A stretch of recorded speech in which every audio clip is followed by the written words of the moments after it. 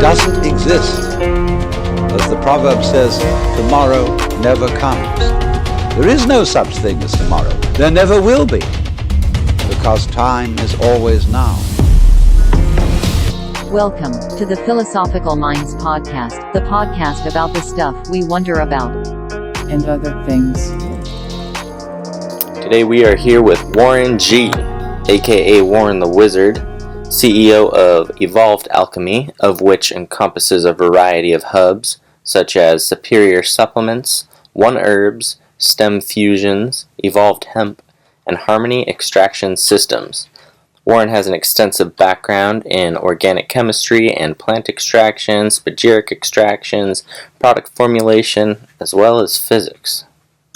And Warren, you really do live up to the name, man. I love it. I definitely see you as a leading figure in this beautiful alchemical revolution. I mean, beyond the traditional alchemical work, you build your own equipment, you build electric mountain boards, you do 3D engineering, you experiment in alternative energy sciences and electrical engineering projects. So it's really inspiring, man. I love that you're into the ether of things. This is something that is one of my favorite things to talk about because it's such a mysterious subject, and there's many different interesting takes on it throughout history and the understanding of it. So yeah, I'd love to eventually get into that, as you've illuminated and shed light on some individuals in history in that regard. So yeah, welcome to the podcast, man. It's great to finally be able to sit and chat with you. Yeah, thanks for having me. So you obviously have a very inquisitive mind. Have you always been that way? For the most part, I'd say, when I was younger, I definitely get bored easily. And yeah, I've always been kind of just a very curious person. So when did you first get into the alchemical work? And maybe you can kind of walk us through a little bit of the evolution of your learning process leading up to where you're at now. Yeah, it's a pretty loaded question. I'd say, from being younger, I was always interested in the sciences, and I've always been interested in nature. And then past that, I studied a lot of organic chemistry, physics, and those were really my strengths. And back in the high school days, I started doing genetics research during high school at University of Wisconsin-Madison. So my senior year, I was doing genetics research at a college level. That was just kind of a class I took, but I've always been somewhat, I guess, advanced when it comes to understanding the sciences that kind of govern life. But yeah, chemistry, physics, I've always loved those things. And then throughout college, I was studying organic chemistry, and then that led into studying physics. I did a lot of research in chemical synthesis in college. We're creating isoelectric compounds, which basically are new compounds that we synthesize that, would do really well in solar panels. And so this was kind of like a turning point for me, is I thought I was using my brain for something really amazing, like revolutionizing solar panels potentially by doing this research at my university. And basically, I realized after I had synthesized my first compound and talked to, the guy leading the research, he basically said that we were only making these new compounds to make sure no one else could use them. And so, here I was thinking, I'm using my brain for this amazing cause and purpose. And actually, it was flipped completely backwards. Actually, we're only interested in making these compounds so that no one can ever use them in the solar panel industry. And, that was pretty disheartening for me at that time. And that kind of led me to, question the very foundation of chemistry and physics and, where did all this stuff come from to begin with. Originally I went to college to learn about plants and plant chemistry, and I didn't really find what I was learning was actually fulfilling what I wanted to learn in life. So I started actually printing off research papers, and kind of my journeys with electricity and alchemy both happened at the same time. I started making spagerics the same time I started building Tesla coils. And so that was kind of an interesting like mirror for me, those two subjects. And basically I became almost like so obsessed of making spagerics and, learning different types of electrical theory that I pretty much decided that I was going to drop out and teach myself something every day. So I literally did that for about a year. I studied a ton of both of electrical physics and chemistry, and a ton of alchemy. I'd been studying organic chemistry, and I made a white sage tincture, and I made it spageric. I added just the raw ash back. I didn't even extract the minerals from the ash. And I put the ash back in the tincture. The tincture turned into a deep purple from starting as a green color. And it changed color, taste, smell. It felt completely different when you take it. And I realized that I just learned a more advanced chemistry lesson from white sage than I had in all my studies in organic chemistry. Because within spagerics, there's kind of a large esoteric aspect. And I like this quote by Rudolf Steiner. He says, esoteric science isn't the unknown science. It's the science of the unknown. And so when you make a spageric, you can have no idea what's happening, but you can repeat the result. That is science. And, being extremely procedural, how I've kind of grown up and my studies and research, applying that to something that was esoteric was like, all of a sudden there's this new horizon of mystery and knowledge. And really, I, kind of thought that why would I go to school when I can learn chemistry from plants? And that was my introduction to spagerics. Wow. Actually, really fascinating and disturbing with what happened with that isoelectro compounds with the solar panels. But definitely, that's a fascinating story. So I have a deep love for ancient history and civilizations and the history around Canaanites, Babylonians, Assyrian Empire, Mesopotamia, and, looking into the cuneiform tablet translations, as well as, of course, the Egyptians, and trying to form a more accurate picture, or at least a decent glimpse into the past. And I think that's something you may be into as well. And I'm wondering, with your research and investigation into the ancient past and the records of antiquity, what are some interesting insights that you've arrived at, or maybe some things people can be aware of as far as maybe Egyptian culture or language, or just anything you find interesting in that regard? Yeah, I think there's two really major aspects that I see to that question. First is, Babylon, ancient Egypt. They had the greatest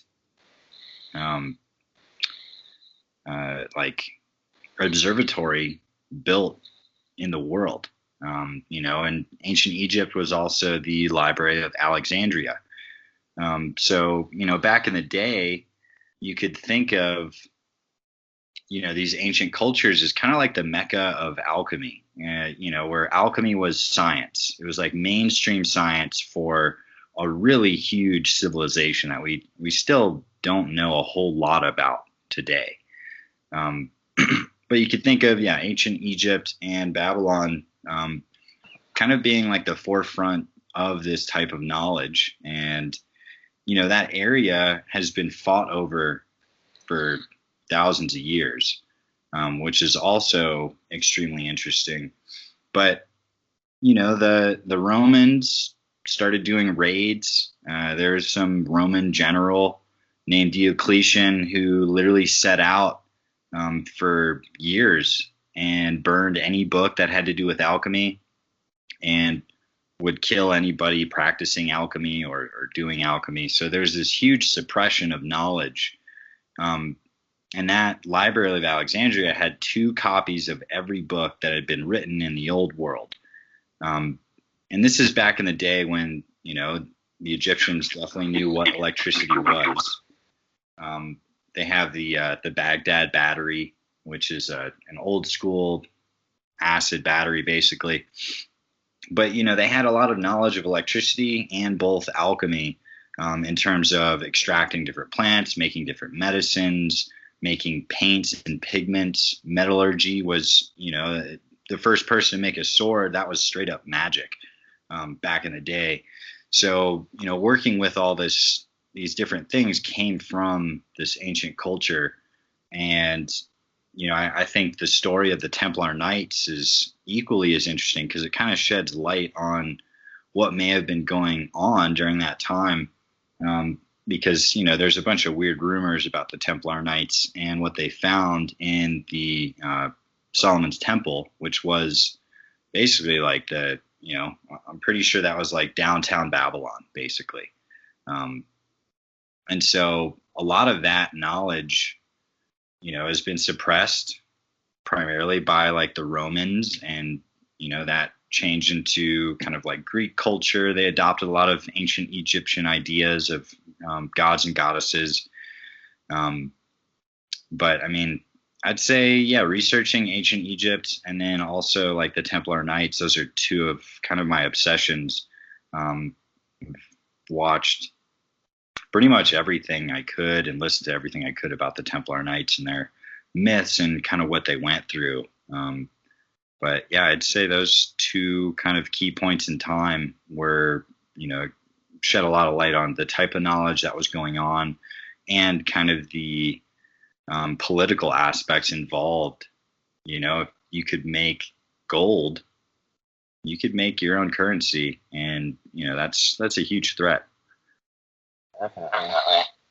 Wow, that's fascinating. And even beyond alchemy, we have so much to learn from the past. And you'd mentioned Solomon's Temple, and something for me personally that was really interesting in just my own research is I think it was a set of texts called The Instructions of Amenenope, some of the earliest known literature in relation to Solomon's Proverbs. They're super identical. Almost appears as if the Egyptian pyramid texts were largely the origins of that wisdom, conveyed in the biblical canons. But as well as I think some of the striking similarities to Akhenaten and Moses. I believe there's some correlations to be drawn there. But aside from that, let's get into some alchemy, because in our previous discussions, I was asking you some questions about your thoughts around calcinations, and I think you have some interesting and valid perspectives on that. I'd love you to share with the listeners. We were discussing different materials for calcination vessels and proper incinerators, the burning of herbs, doing it correctly, as that's kind of a vital aspect to the work. So wanted to kind of get your thoughts on that.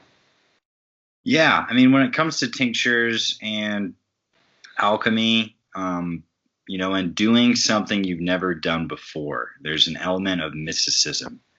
And, that mysticism is real, but I think, it's important to note, if you don't understand something, there might be a perfectly logical explanation for why it is the way it is. And if you don't know that, then you might think something mystical happened. So, for example, when I first started burning plants, part of the spageric preparation is you take a plant, you extract it. You could typically extract the soul of the plant first, which is either an essential oil distillation or an alcoholic tincture. The alcohol is known as the spirit of plants. That's why we still call alcohol spirits today. But that spirit is always going to bring a soul with it, which is the same as saying alcohol will always dissolve oils. It's the only solvent that dissolves oils. And then you usually take the herb after it's been extracted of its oil via steam distillation or a tincture, and you take that herb and you incinerate it and you burn it to an ash. That whole process, you're basically just burning off carbon. And if that carbon isn't combusted properly, it's going to make a lot of smoke. So, that's like an issue. A lot of people just like smolder things. But, after it smolders and smokes, there's different stages of the calcination. And calcination is probably the hardest thing to do in spagerics and alchemy, because you don't learn how to burn stuff really well, in any area of your life. From school to cooking, you typically learn how to not burn stuff, other than maybe building a fire. But, the first time I made some plant salts, I was actually, I was working with a plant. I was working with cannabis, and I was working with a guy who was also kind of being introduced to spagerics. And, I made these salts. I burned the plant down. I got these salts, and the salts came out. You burn the plant to ash. You mix it with distilled water. You filter the water off from the ash, and you take that water and slowly evaporate it in a Pyrex dish in an oven at like 200 degrees. And so through that process, I made some salts from some cannabis, and it was the salts were red. And I told my buddy that, and he was like, wow, that's amazing. How did you do that? And I was like, I have no idea. Maybe it has to do with the stars or something, I'm trying to think what does it have to do with? And, I made the tincture, and, it didn't taste like the best. It definitely tasted kind of like a burned flavor. And at the time I had been learning from a guy named Michael, who runs a company specializing in homeopathy and homeopathic products. And he kind of introduced me to what spagerics was and kind of just gave me the lowdown on it. And so I told him about my red salts, and he said, burn them again. And I was like, okay. He says, you're supposed to burn them 7 times. So do it 7 times. And I was like, that's, kind of ridiculous, but all right. And so I did that, and I found out that if you properly burn it, your salts are going to be white every time. And if you don't burn it all the way, your salts might turn out brown, red, maybe black. If you screw up your salts and you heat up stainless steel too much, they'll react, and you'll get like lime green to blue, depending on the type of plant you're working with and how bad it reacted with the stainless steel at high temp. And so, there's all these different variables, and, within calcination, my best advice to anybody is, get a bunch of plants. It doesn't have to be a plant that you buy. You could go out into the woods and, cut a branch of, pine tree down, or, like some leaves, anything that's readily available. You could go out and just get a bunch of leaves. But if you burn that, and you burn it well, and you get your mineral salts and recrystallize them, do it 7 times. And you might find that you have some limits in what you're able to do with your equipment, and you can kind of cross that with what you see. But if you do it 7 times, you'll be thoroughly experienced in identifying, oh, my salts aren't done right, or you messed them up, or you got it too hot. There's a lot of different things that can happen. But yeah, Wow, that's awesome to know. And so I wanted to kind of get your take kind of on the way you do things for the general public versus the way you might go about doing something for like a personal product, and get your perspective around that. Yeah. I wrote a blog, Spagerics is Medicine. It's on my evolvedalchemy.com website. But basically, I think if you're going to make something for yourself, there's this whole realm of, the planetary hours. Each day of the week is ruled by a planet. And there's also the planets in the sky. And I think that there's a lot out there as far as which planets are ruled by which planets. And there's a lot of controversy. There's a lot of people who disagree with each other as to what planet is ruled by what planet. And, it's just kind of whatever you think, in my personal opinion, like which crystal is for what chakra. These are highly etheric concepts. And what's most important in all this is your intention. So if you think Mars represents war, maybe you're going to make something and it's going to be, maybe it's going to get your blood going in an angry way or something. But if I have a different idea and I think Mars is good for the blood, and you made it and you think Mars is going to get my testosterone boost or something, so you made your tincture in a different way with a different intention, and I take it, our intention and ideas are going to kind of collide. And that's where I say, if you're making something for yourself, your intention is really powerful medicine. And there's no wrong way to make something, in accordance to the planets and what plant rules what planet rules what plant. I like to say you can't do it wrong. You can only do it different. And so, when I first started, I made my 7 basics, which is you're supposed to make a tincture for every day of the week that represents each planet, and you only work on it on that day or when that planet's rising or in the actual sky. And I made a bunch of tinctures according to the classical texts that say which planets are ruled by which planets. And then I made another batch of 7 basics, and I literally did them on the wrong day, on a different day than they were supposed to be. And I put a completely different intention into them as to what planet or energy I wanted to put into it. And, my ideas came from what I read about, which planets are ruled by which gods or goddesses and what they're kind of personified by. And yeah, you totally get a difference. And what I found is the stuff that I was making for myself when I'd give to other people, some people have really crazy dreams or, almost feel kind of trippy or just out of it or different. And really I started to notice that, what I was making for myself might not be the best to give to other people.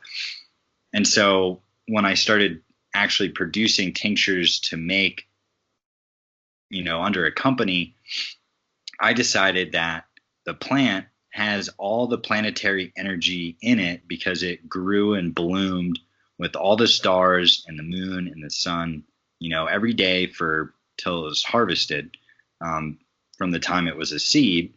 And whatever planetary energy it has, it is in the plant already. And so when I make a tincture, I like to make it without any of my intention or any ideas of what I want the tincture to do, and that's more of just a clean way to do it that I see, because when someone takes one of my products, I want them to have a conversation strictly with the plant, nothing to do with what I think the plant is for. And, of course, this is just for production and making a clean, energetic tincture. If you're going to make a tincture for a loved one, you can totally put, your intention into it, what you want that tincture to do for the person. And, I think that's 100% valid. I just like to kind of bring that up, that there's a huge difference between your intention and what other people perceive your intention to be, and making something that's just purely to make the plant in its highest form so it can go to somebody and react with that person however it may react. Definitely. Really love that, and it really makes a lot of sense. So let's talk about plant matter quantities. What What's the quantity of plant matter needed with any given plant to produce enough ash to then be able to produce like the salt of salts or the salt crystals? So the salt of salt is what's found when you incinerate the plant after extracting it. And it's kind of like a hard thing to see, but you know, a plant has its fixed sulfur and its volatile sulfur. The volatile sulfur is your essential oils. I mean, that's basically just like a really easy way to describe the difference. Is it's based purely on boiling point. Back in the day, they would do a steam distillation with water, while water boils at about 212 degrees Fahrenheit, depending on your elevation. And then if you do a steam distillation, you get certain oils to come over, and certain oils are left behind. And so the oils that boil below that of water are considered essential oils. So all the terpenes and essential oils, whole foods, all that stuff is volatile sulfur. The oils that don't come over, that aren't water soluble, you could think of olive oil, for example. Olive oil can get up to really high temperatures, and it's not going to evaporate even if water's boiling. So you can throw olive oil when you're making your pasta in with the water, and it's not going to disappear. You're not going to smell olives in the air. It's not an essential oil. It's a fixed oil or a fixed sulfur. So when you do an extraction, say with alcohol, you're going to get the fixed sulfur and the volatile sulfur together. And when you incinerate the leftover plant material, that's the salt of salt. If you leave the essential oils or the fixed oils in the plant material, so say you just took the plant, you didn't extract it, and you burned all of it just straight up, you're going to have salt of sulfur and salt of salt. And yeah, that's kind of the difference between those two. So the original white ash is considered the salt of salt. So is the crystallization just a very pure salt of salt? Yeah, the crystallization process is basically a method of increasing the potency. When I was in organic chemistry, we used to do a lot of NMR research and data collection. And basically, if you can make a crystal, what I learned through the NMR process is if I can make a crystal of the compound that I want, I have it so pure that it actually crystallizes in the same structure as it is on a molecular level. And if you think of like all these little molecules distributed in your ash, they're kind of diluted. If you can burn all the carbon and get extremely white mineral salts, and there's nothing in between those pure molecules, you'll make crystals your first round of making salts if you properly calcine the plant material. If you don't do crystals, there's just a little bit of stuff in there, and you might see like some discoloration. But yeah, it's kind of like thinking of the plant's body and its completely pure state, and that is a crystal. Wow. So the body of a plant is literally a crystal as its highest representation. And if you have a very small plant versus maybe an abundance of plant matter, is that going to hinder your ability to have enough material to create crystals, or what about that? Do you need an abundance of a certain plant in order to have enough material, or can you pretty much get crystallization with any amount? I tell people to start with at least 4 ounces of plant material, because my right off the bat hunch is that their quantitative methods are going to be pretty terrible, which in other words means you're going to lose a lot of what you're trying to extract, because most people aren't trained in a quantitative aspect, which is like simple things like, say you have your ash and distilled water, and you pour it all into a coffee filter, and it filters off, right? Well, there's a bunch of water saturated with salt stuck in the ash and the filter paper. So if you don't rinse your filter paper thoroughly with fresh distilled water, you're going to lose, depending on how much water you started with, like a quarter to like a third if it's a small amount. If you have a large amount of plant material, you might lose a lot less in your filter papers.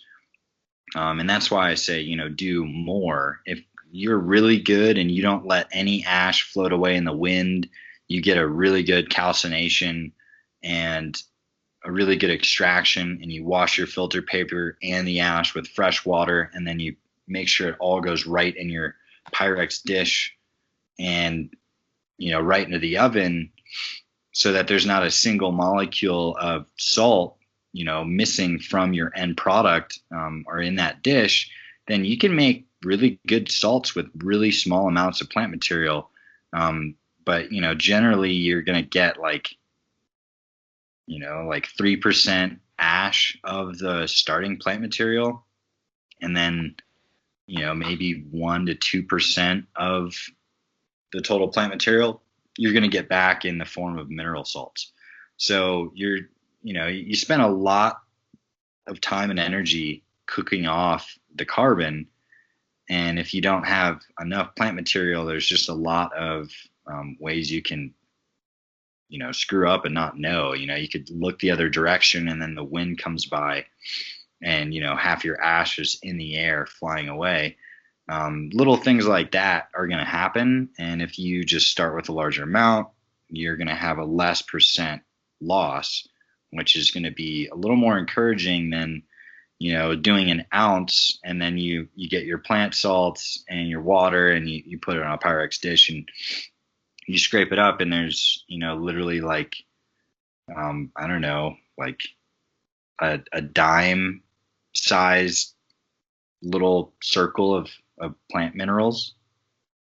And sometimes people don't get anything, and they do the whole process, and they're like, I don't even see my minerals. There's like basically nothing there because I only did an ounce of plant material. That can be discouraging for people, and it's hard to see all the different parts of the calcination on a really small level unless you really pay attention to detail. Actually, it makes a lot of sense, and that's very helpful to know. Now, at one point you brought up to me that seemed to make a lot of sense was that plants, they're obviously all different, and the way in which you handle one plant and may be different than the way in which you handle another as far as properly extracting certain medicinal qualities, for example. So maybe you can elaborate on that a little bit and give some examples of what you mean. Yeah, so plants have all sorts of different compounds, from mushrooms, are more like carbohydrates. They're more water soluble. At least like the medicinal mushrooms are, that are kind of woody. And then, you have your roots. Roots also have a lot of sugars and carbohydrates, tend to be more water soluble. And then you have flowers and leaf, depending on the plant. Typically flowers are going to have more oils or alkaloids or compounds that are going to generally dissolve into alcohol better. And then you have, there's just a slew of different compounds. And basically a plant is composed of compounds that are in completely different polarities. So some stuff will dissolve in water, some stuff will dissolve in alcohol, but you can't really get them all together very easily. And that's kind of what I've focused on as far as extraction methods. And, what I've found is there's a lot of, like lore, let's call it, in the alchemical books. And, for example, there's one that claims if you make a lemon balm ends and take it, it's this magical medicine, and your fingernails fall off and they'll grow back more beautiful than ever. I know people who have made a lemon balm ends, and your your fingernails don't fall off. I would think that something's actually really wrong with you if your fingernails do fall off. So there's like, weird things like that. And say you make an ends of a plant that doesn't have a lot of alkaloids, which is really what an ends is extracting. You're not going to have a very powerful ends. And then same goes for like the magistry, which is the essential oil distillation. And then you calcine everything else. Salt of sulfur with your essential oils, and alcohol, preferably from the same plant, fermented. Do you have to add sugar? If you do, then you're just basically using cane alcohol. But, in the end, if you do that method, say you try to distill the essential oils out of chaga mushroom, you're not really going to get anything. And then you're going to burn all the carbohydrates that are medicinal in the process of getting your salt of sulfur. And then you're going to end up with, an essence that you think, maybe you did it on, the days of the week for the planets that you really like. And, all that. You might have an essence and you might be like, I spent a year on this essence, and it's not really going to have any medicinal properties other than maybe some energetics, because you completely missed the medicinal compounds in that plant. But say you do the same process with oregano. Oregano has tons of essential oils, and most of its medicinal properties reside in those oils.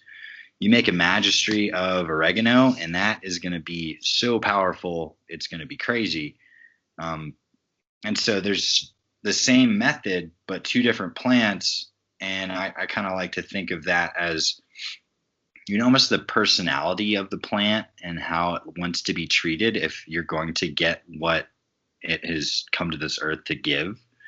If you don't know what's happening on a physical level, you can get as, spiritual and attentive as you want, and you're not going to have a great product. If you have a really good foundation of the physical and actually chaga, I'm going to do a water extraction on it too, because I know that has most of the beta glucans, the things that are actually medicinal in it. And then you calcine it, you can make an amazing mushroom extraction and spageric, and really taste the integration of those salts with the sulfur, because you didn't burn it. And that's where, understanding the compounds in plants and how to extract them is kind of like, how do you understand the plant? How does the plant want to be treated if you're going to get what, medicinal compounds it has? Wow. So maybe something, kind of related on that, maybe we could touch on some spageric methodology and ratios. So say I have my plant matter and I wash it and I'm soaking it in a mason jar of ethyl alcohol. Would you recommend soaking that for like a philosophical month, or what do you recommend as far as like the duration of time to get a good extract in that regard? So there's there's a cross between like intention, extraction time, and so say you get some herb and it's not really ground up, it's like whole chunks. Let's say you have a root, and if you put straight up root in alcohol with the skin on it, it has a membrane and a layer that's going to stop it from being extracted, and your surface area is extremely low because you didn't chop it up or grind it. And so you could want to do it that way because you don't want to hurt the plant, or you want to be gentle with it. You need a way longer time to extract the compounds in that. So I'd say that's the time for the philosophical month. You could also think back in the day, they didn't have a lot of methods to grind things down. But the philosophical month, a 40-day cycle, is a moon cycle, and it's also the amount of time needed to get a good extraction. But from a chemical aspect, if you gave me that plant and you had the root and I had the same root, and I took my root and I ground it up and I actually put it in alcohol and then blended it with like an immersion blender, let's say. And then I did 2 washes on it. I would extract everything out of that plant material in, let's say, 6 hours. And then you could extract it for 40 days, whole root, and still not get everything out of the plant.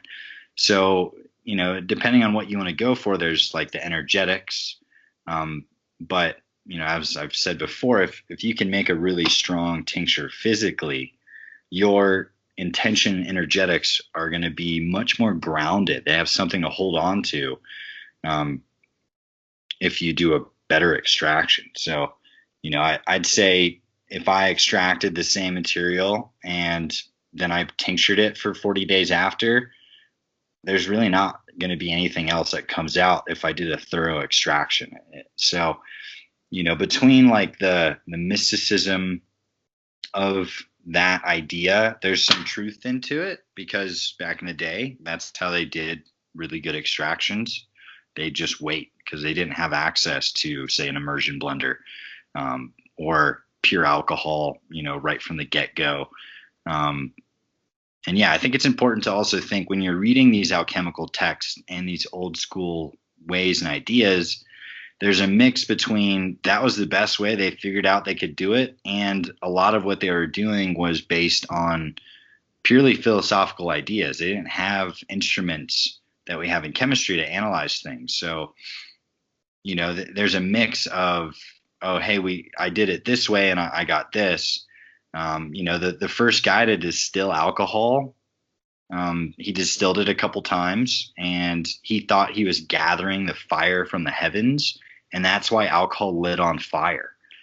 And, it makes sense. It works. How he came up with that. But in the end, we distill alcohol every day and we know it just removes water, and pure alcohol is flammable. And the more you distill it, the less water's in it and the more flammable it becomes. Or you could think you're gathering heavenly fire each time you do a distillation.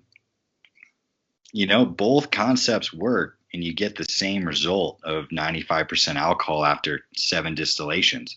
So, there's a lot of aspects like that. The energetics of a full moon cycle definitely has a lot there. But then I would also say if you don't grind your herb up and you do that, you could make a really lousy tincture and put a lot of time into it when, really you should have chopped it up a little bit or something.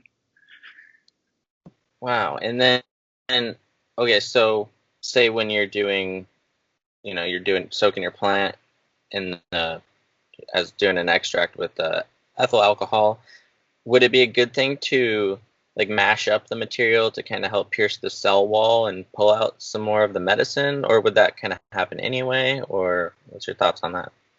So if you do a digestion with plant material that hasn't been like pulverized or exposed to like a shear blade or like, blending it basically, powders are blended, and powders, the cell wall and powders is completely destroyed. So it's super easy to extract. If you don't break that cell wall and you don't have access to that, letting it sit for a philosophical month is a really easy way to break that cell wall open, because over time those compounds slowly decompose, and that's the whole digestion, circulation kind of idea in alchemy of letting something sit. They used to take their alembics and put them in horse dung, because horse dung stays like a solid like 110 degrees or something Fahrenheit, like no matter what. I don't think that anybody should put their tinctures in horse dung these days, because you can, get a little reptile heater. You can go buy some sand and heat the sand up with the heater. Like there's so many easier aspects. So, you'll read about a lot of these old methods. And I always think it's just, important to have in mind that these methods were coming from a time where they really didn't have access to a lot of things. They're making things out of clay. Definitely. So, what are some of the different like methods of fermentation, like in mercury or alcohol distillations, or the spirit or ethyl alcohol for someone who doesn't have like elaborate lab equipment, if there is different methods, in any maybe organic way by fermenting grapes, for example, or something like that, like or corn or yeast, sugar, water. I don't know. What would you recommend? So if you want to make your own alcohol, and you want to, try and do the whole process, I'd say it's going to be harder than just, buying alcohol. Back in the day, I took some, I went and bought organic brandy from the liquor store, which is made from grapes, and they used to call it burnt wine. But, I distilled my own brandy and made tinctures out of that.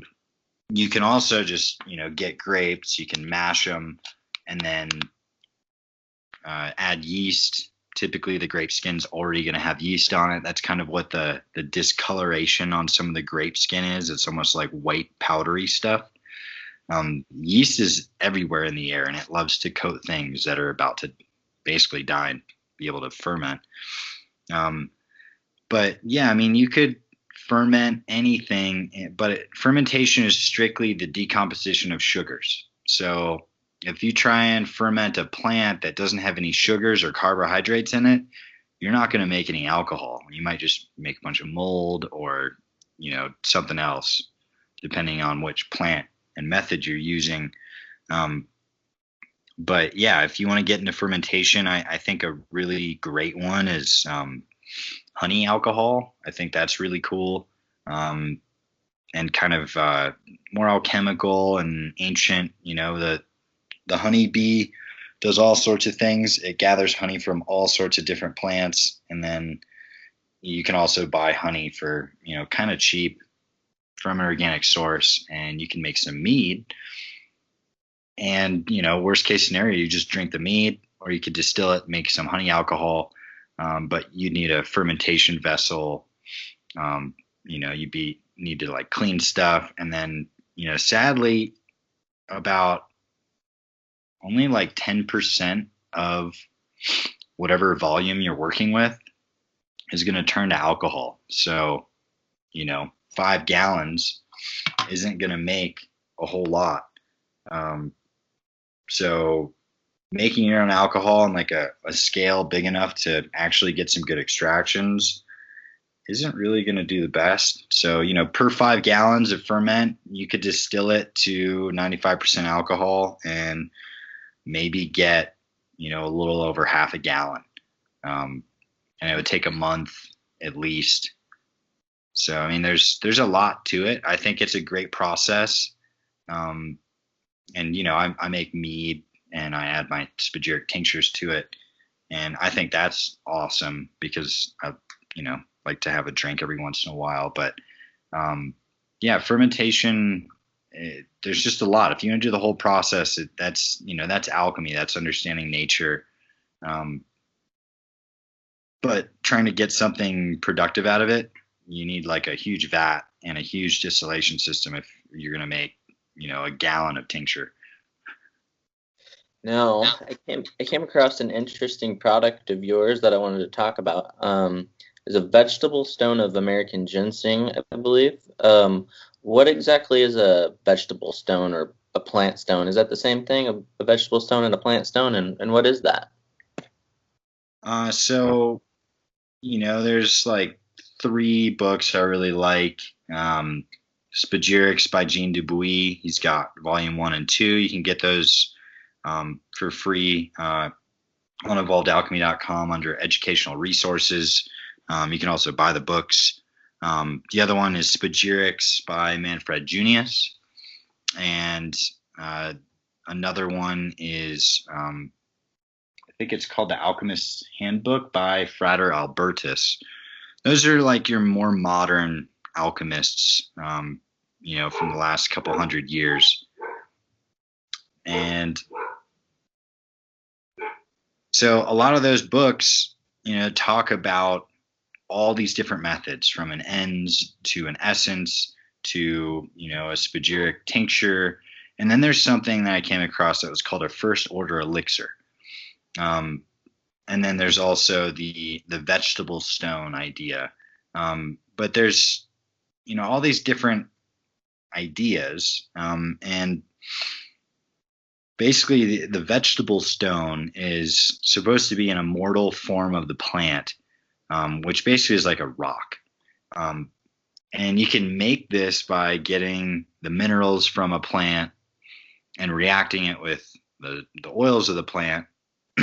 And there's, a lot of different ways. Typically people say you should do essential oil distillation, ferment the plant, get alcohol from it, and then, burn the minerals, burn the plant, get the minerals. It's a magistry basically, but done in a different ratio where you only add little bits of essential oil and little bits of alcohol to your minerals, and you let the minerals kind of coagulate and like make this weird rock. And you can incubate it. Some people say, you can go the first order elixir route and basically take your tincture of the plant, add your minerals. I first saw this with Schizandra. I love Schizandra. It tastes amazing. But if you take the minerals of Schizandra and you put them in the Schizandra tincture and you do a really good extraction, those minerals will actually pull a lot of the acidic compounds out of the tincture and turn into this like goopy, kind of like waxy, salty substance. It's like, starts to gain aspects from both oil and salt, which is kind of representing a fusion between soul and body, which can only happen in the presence of spirit, alcohol. And so a spageric tincture will start to make a vegetable stone just like by itself.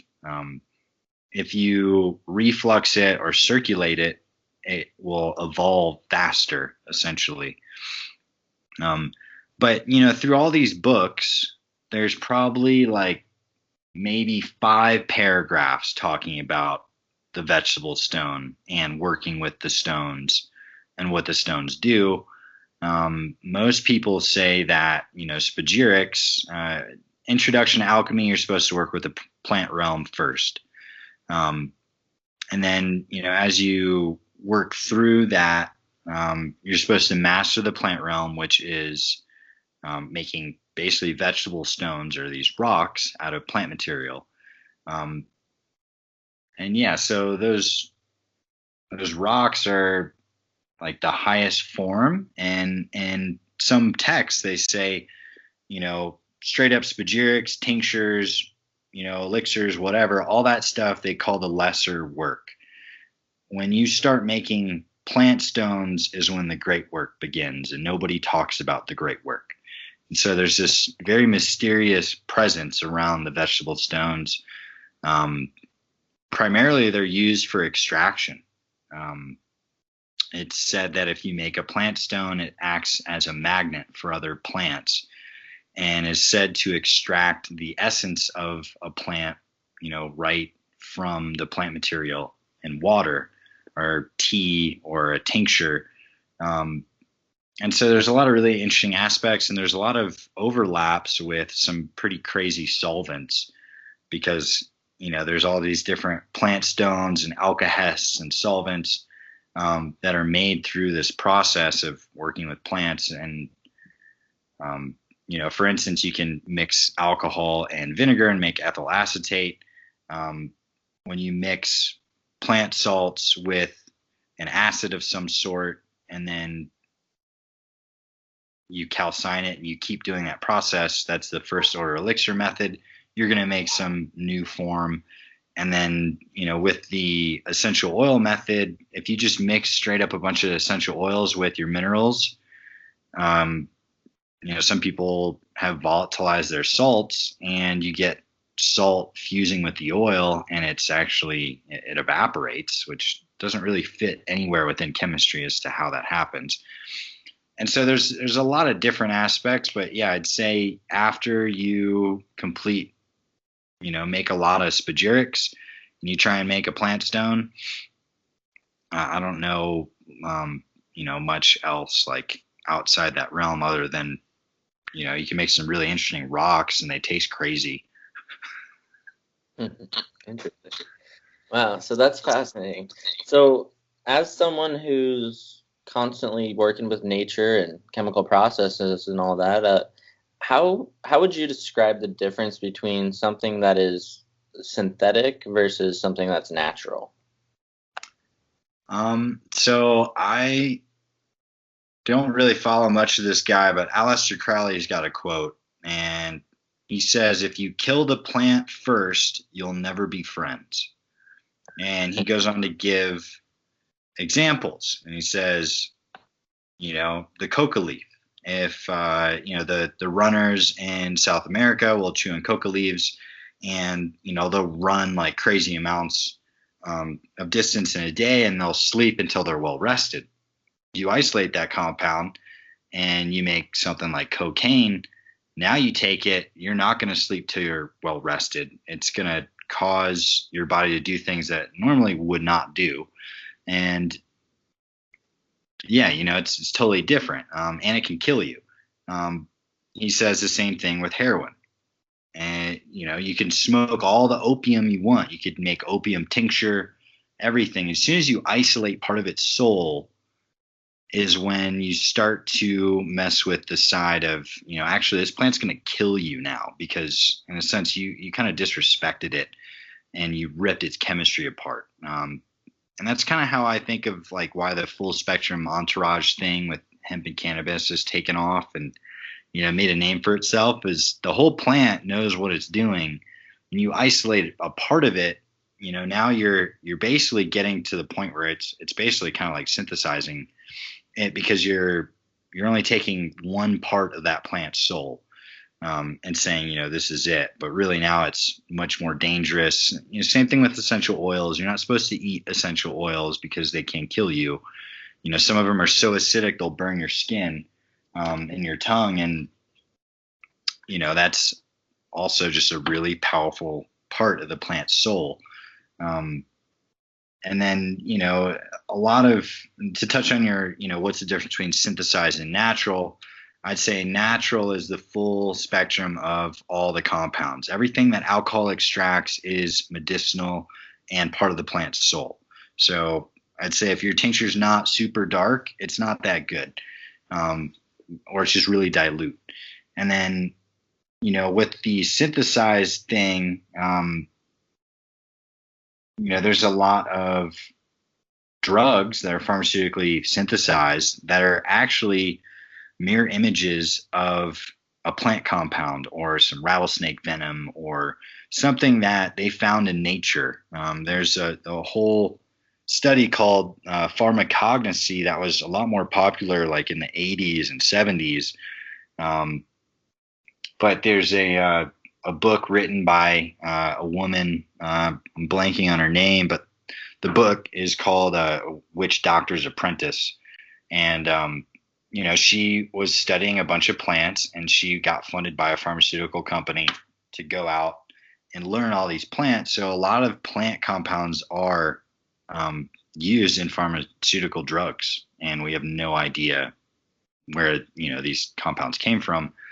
And yeah, all that stuff is synthesized, and it's hard to like draw a line, but if it doesn't come from nature in a natural way, it's not going to produce the same result as nature would.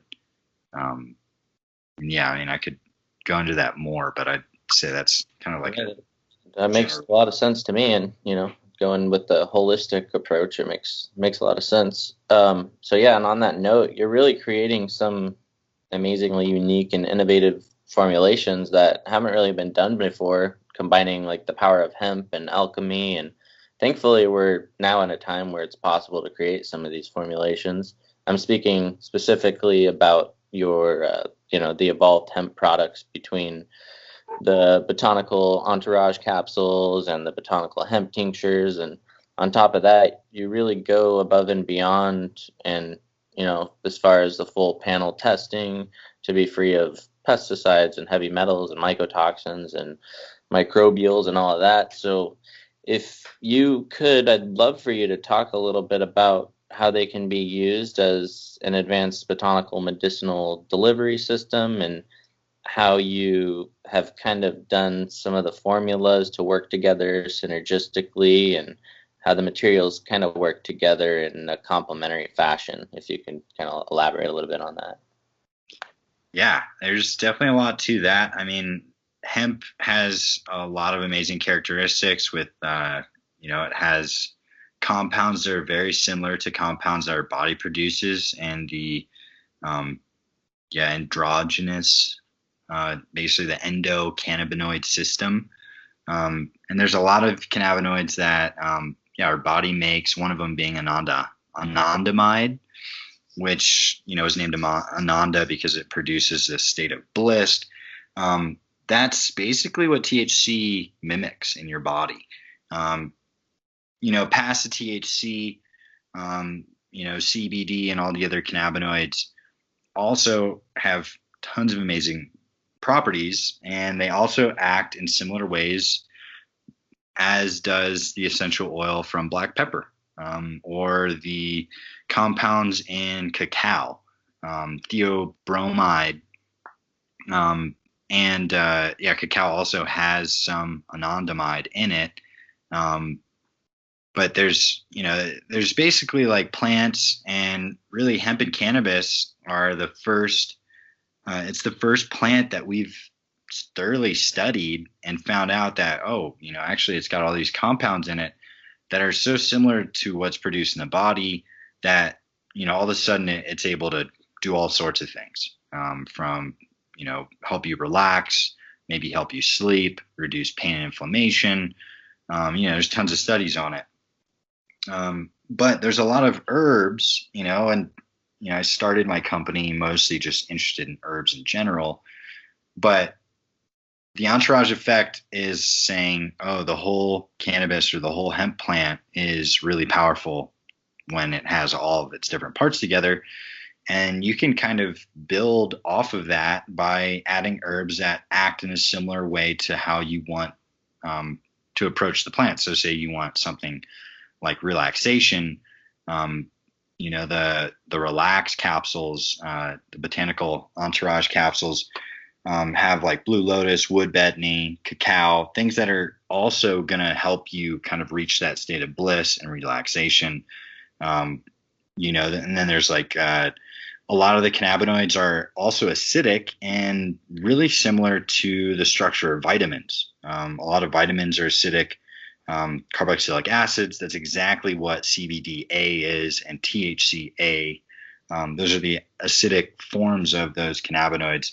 So I made a blend called Immunity, and that has a bunch of other berries in it that are packed full of antioxidants, which is very similar to how acidic cannabinoids work in your body.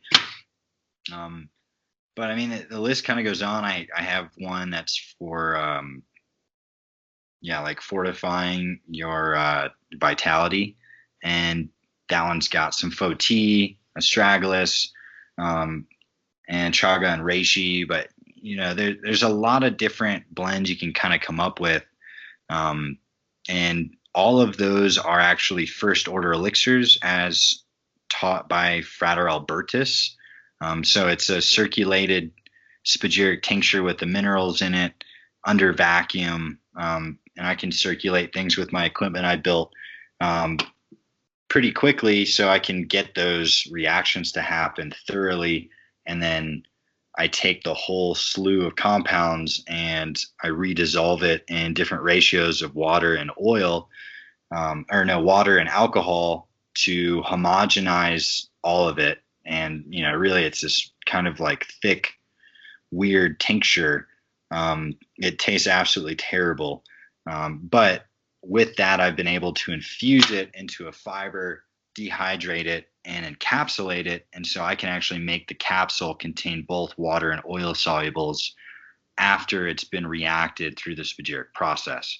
And that method is something that I've come up with, and I can make a capsule that you can actually like feel just in one capsule, and I can jam like up to, I've made like 3 gram capsules, 3,000 milligrams of plant material extracted. into one capsule, but typically I make around like 1,000 milligram capsules. But so the first order elixir method combined with the infusion and encapsulation, the capsules that we use at Evolved Alchemy are enteric, so they bypass the stomach. So in a sense, it's kind of like just a flood of plant compounds fused to a fiber right into your small intestine. So that's kind of the botanical delivery system with the first order elixir on top of it. And you basically have like just some really potent compounds going right into your bloodstream. And the fiber helps you digest it. We use grapefruit fiber, which also inhibits some of the enzymes in your stomach and digestive system that actually degrade compounds before you absorb them. So the grapefruit fiber is also supposed to slightly inhibit those enzymes so you absorb more of your extract than you would in a tincture or oil or like topical form. Wow, man. Well, this has seriously been epic. I just want to first thank you for your work and everything you're doing. I'm grateful that you exist. We're blessed to have your mind out there doing what it's doing. I think we definitely covered a lot in this, and I want to be respectful of your time. And in a future episode, we'll definitely have to get into some isotopic energy generation and cosmic ray talk. As you mentioned, basically classified military technologies that are not available to the public, my kind of subject matter. Totally. Until then, are there any last notes that you want to leave the audience on? Not really. I'd say ora labora, pray and work. Study just as hard as you actually try and do the work of distillation, filtration, crystallization. If you do the work, you'll really understand what they're talking about. Otherwise, you'll have no idea.